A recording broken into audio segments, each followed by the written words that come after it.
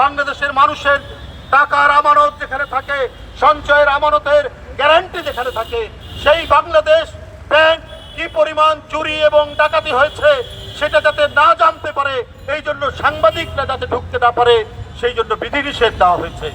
আর এখন আস্তে আস্তে বোঝা যাচ্ছে যে কি লুটপাট, কি চুরি, কত বড় দেশের সর্বনাশ করা হয়েছে এই বাংলাদেশ ব্যাংক থেকে, যার বিষয় থলের বিড়াল এখন আস্তে আস্তে বেরোতে শুরু করছে। এগুলো ঢাকা দেওয়ার জন্যই পররাষ্ট্রমন্ত্রী, এগুলো ঢাকা দেওয়ার জন্য ওবায়দুল কাদেররা আজকে বিভিন্ন ধরনের কথা বলে বেড়াচ্ছেন, বিভিন্ন ধরনের বিভ্রান্তি তৈরি করছেন। ডোনাল্ড লু মার্কিন যুক্তরাষ্ট্রের সহকারী পররাষ্ট্রমন্ত্রী, দক্ষিণ এশিয়া এবং মধ্য এশিয়া বিষয়ক, তাকে নিয়ে কতই না কথা বললেন। একেবারে বিএনপি নাকি মানে তারা স্বপ্ন দেখছে ডোনাল্ড লু ক্ষমতায় নিয়ে আসবে, কত কি কথা তিনি বললেন। অথচ আমাদের বিএনপির কোনো নেতা, কোনো পর্যায়ের কোনো নেতা এই বিষয় নিয়ে কোনো কথাই বলেননি। কিন্তু ওবায়দুল কাদের বলে যাচ্ছে, একের পর এক কথা বলে যাচ্ছে। আবার দেখলাম সরকারের এক উপদেষ্টার বাসায় ডোনাল্ড লু বৈঠক করলেন। পরে মনে হলো যে এই সরকারের লোকজন গোপনে গোপনে তার হাত পা ধরলেন কিনা, এইটা একটা বড় প্রশ্ন হিসেবে দেখা দিয়েছে। আমরা পরে যেটা জানতে পারলাম যে মার্কিন যুক্তরাষ্ট্রের যে কোম্পানিগুলো এখানে ব্যবসা করে, সেই কোম্পানিগুলোর দেনা পরিশোধের জন্য ডোনাল্ড লু চাপ দিয়েছেন। সুতরাং আজকে ডোনাল্ড লুর কাছে হাত পা ধরা, তাকে অনুরোধ বিনোধ করছে এই সরকারের লোকজন।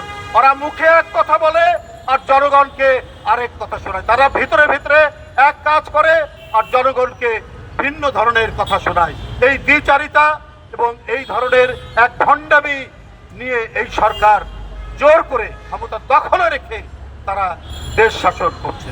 বন্ধুরা আমার, এই লুটারা সরকার যতদিন থাকবে ততদিন এই দেশের জনগণের, এই দেশের আর কোনো ভবিষ্যৎ নেই।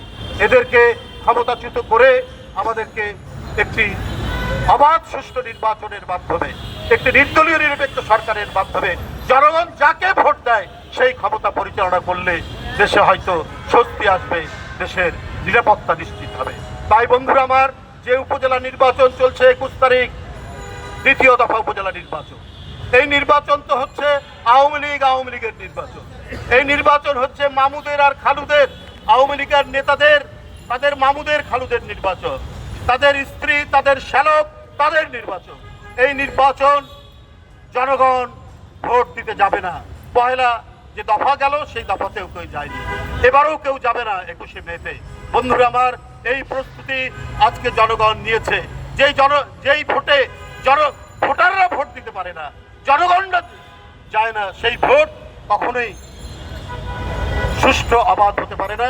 জনগণ সেই ভোট করবে না, বর্জন করবে, বর্জন করছে এই দামি নির্বাচন এই দেশের ভোটাররা। বন্ধুরা, আমি বাংলাদেশ জাতীয়তাবাদী দলের পক্ষ থেকে আপনাদেরকে আবারও জানাচ্ছি, আপনাদের অধিকার, আপনাদের ভোটাধিকার কেড়ে নিয়েছে এই সরকার, আপনাদের সকল অধিকার কেড়ে নিয়েছে যে সরকার। তার পাতানো, তার দামি নির্বাচন এদেশের জনগণ করবে না। সেই 21 তারিখে দ্বিতীয় দফার যে ভোট, সেই ভোটে জনগণ গিয়ে ভোট দেবে না, তারা সম্পূর্ণভাবে এই ভোট বর্জন করবে।